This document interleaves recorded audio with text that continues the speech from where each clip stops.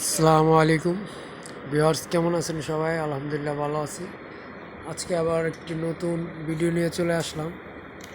ভিডিওটি হলো মুরগির যে অবশিষ্ট চামড়া, পা,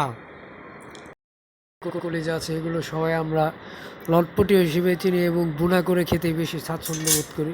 কিন্তু কখনো কি বাঁধাকপি দিয়ে রান্না করে খেয়ে দেখেছেন? আজকে এই রেসিপিটাই আপনাদেরকে দেখাবো। দারুণ স্বাদের একটি রেসিপিটির জন্য প্রথমে আমরা বাঁধাকপি কেটে নিচ্ছি। বাঁধাকপিটি আমাদের সাইজ অনুযায়ী আমরা কেটে নেব। দেখতেছেন একবার তরতাজা বাঁধাকপি। বাঁধাকপি যেভাবে ছোট ছোট করে কেটে নিতে হবে। দেখছি খুব সুন্দরভাবে এরকম ছোট ছোট করে কেটে নেব। আমাদের চুলায় আগুন ধরানো শেষ।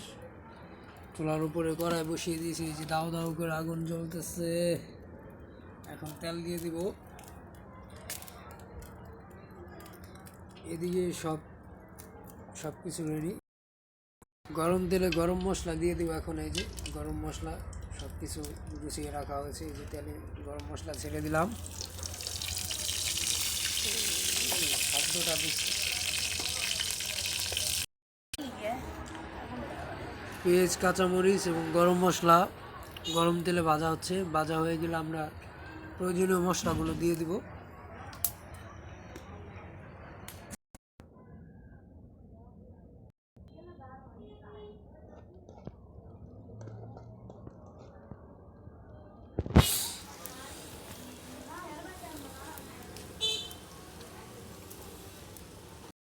ভাজা হয়ে গিয়েছে, এখন আমরা মশলা বাটার পানিটা দিয়ে দেবো।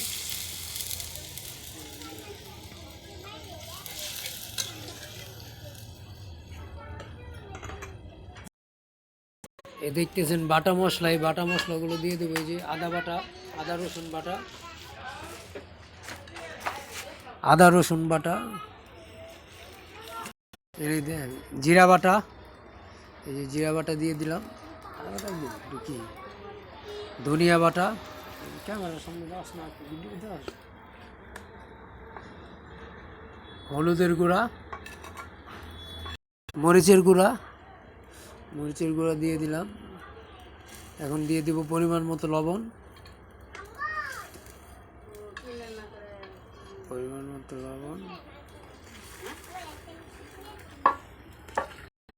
আপনারা দেখতে পাচ্ছেন মশলা কষানো শেষ। এখন মুরগির চামড়া, গিলা, কলিজা এবং পা যেগুলো রাখা ছিল সেগুলো এই যে দিয়ে দেওয়া হচ্ছে মশলায়।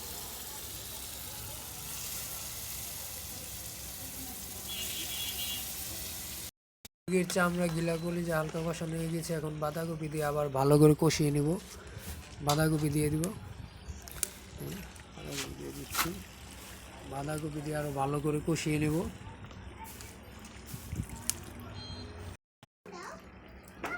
এই যে আমরা বাঁধাকপি দেওয়ার পর দেখতেছেন বাঁধাকপি চামড়া একসাথে মিশে গিয়েছে।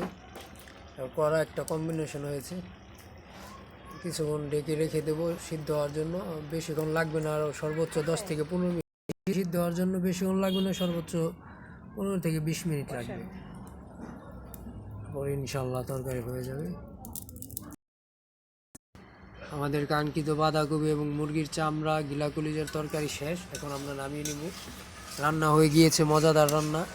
কালারটা কী হয়েছে দেখেছেন?